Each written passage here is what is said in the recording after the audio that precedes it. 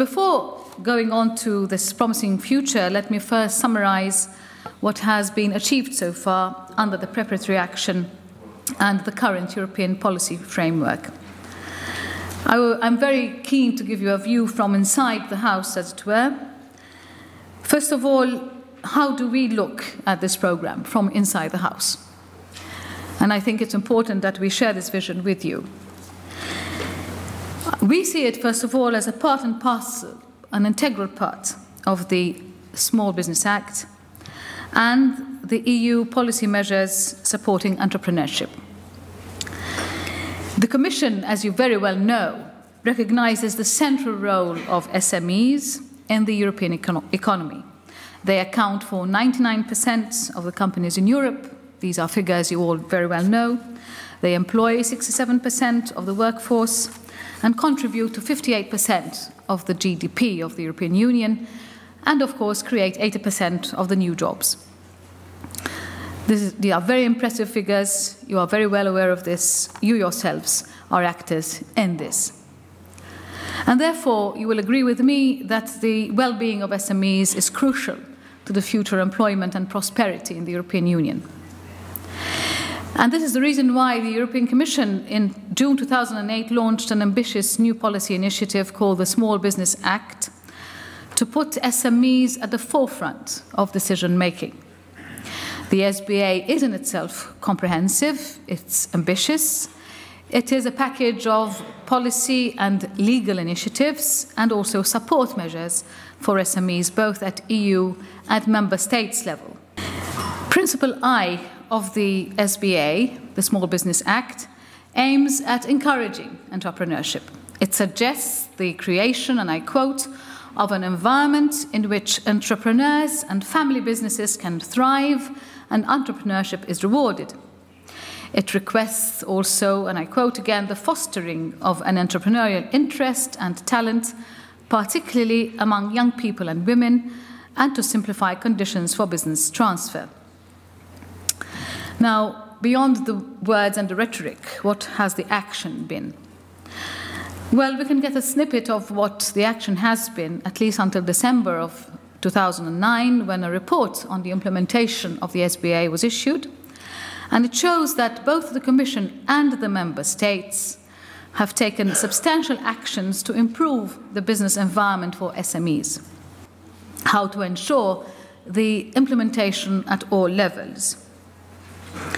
With regards to the actions announced by the Commission, I can report to you that we have made very good progress by, firstly, creating a high-level reflection group on entrepreneurship, education, which has delivered an excellent report, a sort of recipe book for national and regional policies to instigate more and better and more effective measures in fostering entrepreneurial mindsets and attitudes in education and training. And that is the challenge, of course, how to foster mindsets. Secondly, the launching of the first European SME Week last year, which will be repeated this year, was a resounding success, with over 1,200 individual activities throughout Europe. Erasmus for young entrepreneurs fits perfectly in the entrepreneurship pillar of the SBA. Why? Because it directly promotes entrepreneurship, but of course also promotes competitiveness and internationalization of European SMEs. Those of you who have perhaps had a look at the EU 2020 document, which has been adopted at the beginning of March by the College of Commissioners, sees that internationalization is in fact one of the actions which is deemed to be important as a flagship for SMEs, for the promotion of SMEs, for creating a better business environment. We have to say that the scheme is open to individuals who seriously plan to become entrepreneurs. Erasmus is an opportunity for them to gain an insight into real entrepreneurial life and to consequently set up their own business on very realistic criteria. The Erasmus experience can show nascent entrepreneurs how self-employment can become a feasible career choice. rather than just being a risky one and who knows. What is the link with competitiveness? We're all after competitiveness, especially of SMEs. We believe that this is the key to the success of the robustness of European economy. In relation to this objective, this program contributes because it helps entrepreneurs to participate in an exchange where they are redefining, in fact, their objectives or their methods of work on the basis of the experiences they have just made. This contributes, of course, to diminishing the risk of bankruptcy of startups, as well as to improve the competitiveness of young enterprises. And what about internationalization? Where is the link there?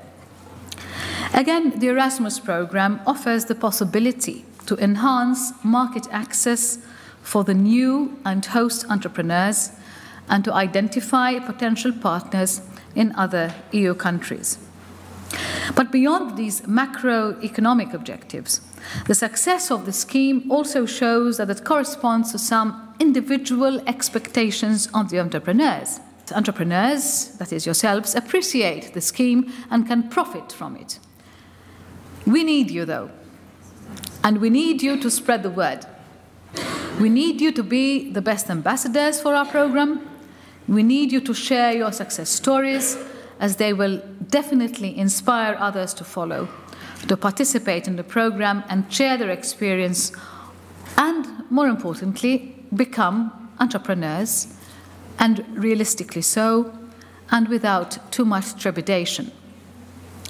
My vision is that the Erasmus for young entrepreneurs should be practical and down to earth in order to ensure that it corresponds to the real needs of entrepreneurs and that it remains as flexible a tool as possible.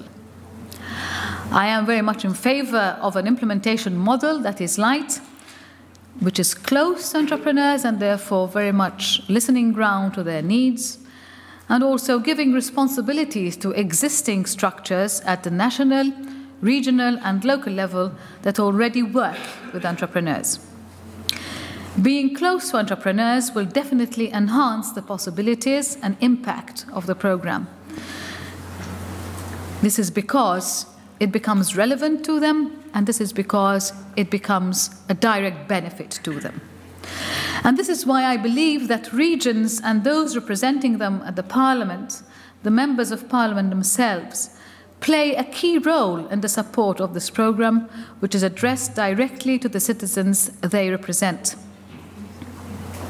Finally, Erasmus for young entrepreneurs should be consistent with and complementary to existing support programs in the area of education and training, as defined in the flagship initiative Youth on the Move, included in the EU 2020 strategy. Erasmus for entrepreneurs fills a gap, as existing mobility programs do not address the specific needs of entrepreneurs and do not aim at citizens that are a few or even more years into their careers and are seriously considering entrepreneurship as a career. I do believe, therefore, that this program has its own DNA which should be developed. We are willing to develop the potential synergies, of course, with other existing mobility schemes and are more oriented towards formal education and training, and that, of course, goes without saying. Finally, I would like to let you know that I'm very much looking forward to the results of these discussions today. We are taking them very seriously, as I said at the beginning, and permit me to repeat that this is a very crucial moment for us where we would like to make sure that this DNA is well developed and that it is better developed for your own benefits. Thanking you for your participation again and your commitment. Thank you very much, and I wish you very fruitful discussions.